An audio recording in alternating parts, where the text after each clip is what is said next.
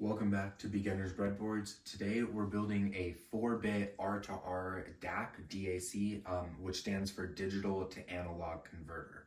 So what we have built here is a series of resistors in series and parallel, and we're measuring the voltage out here.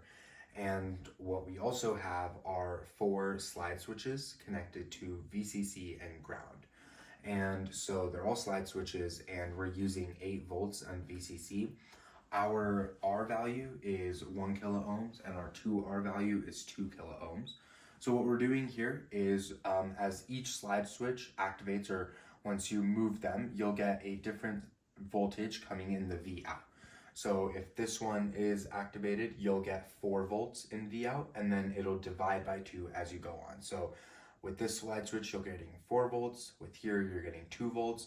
This one, you're getting 1 volt, and here you're getting 0.5 volts. So you can get different values based off of what switch is active. And with the combinations of those values, you can get 16 different values, which is what makes it a digital to analog converter. So this is kind of the table here showing what the bits are and then what the output voltage is. These are the actual bits. So here you're getting VCC divided by 16 or 0.5 volts, and then here you're getting 1 volt, 2 volts, and 4 volts, and then with different combinations of that, you can get up to 7.5 volts and as low as 0.5 volts, which gives you 16 different values.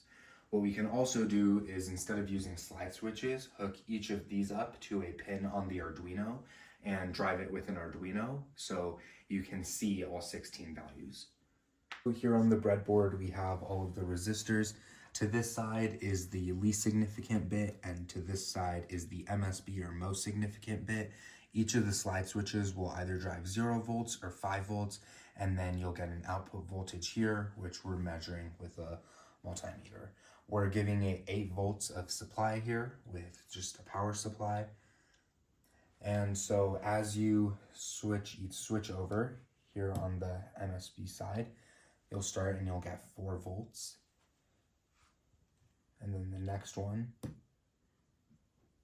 which, take out that, and now you'll get 2 volts, divides in half again. Then with the next switch over, you'll get 1 volt. And then with the last switch, you're getting 500 millivolts, which is half of a volt. But then you can combine the different switches together. So if you do this one, you'll get 1.5 volts, and then take another one, you can get about 5.5 volts. And there's 16 different combinations you can make with these switches to get 16 different values. So driving the pins with the Arduino, we're using pins 2, 3, 4, and 5, and just saying that they're bit read and then out byte. And so it'll print the DAC value on the serial monitor, but we don't need that. We can just...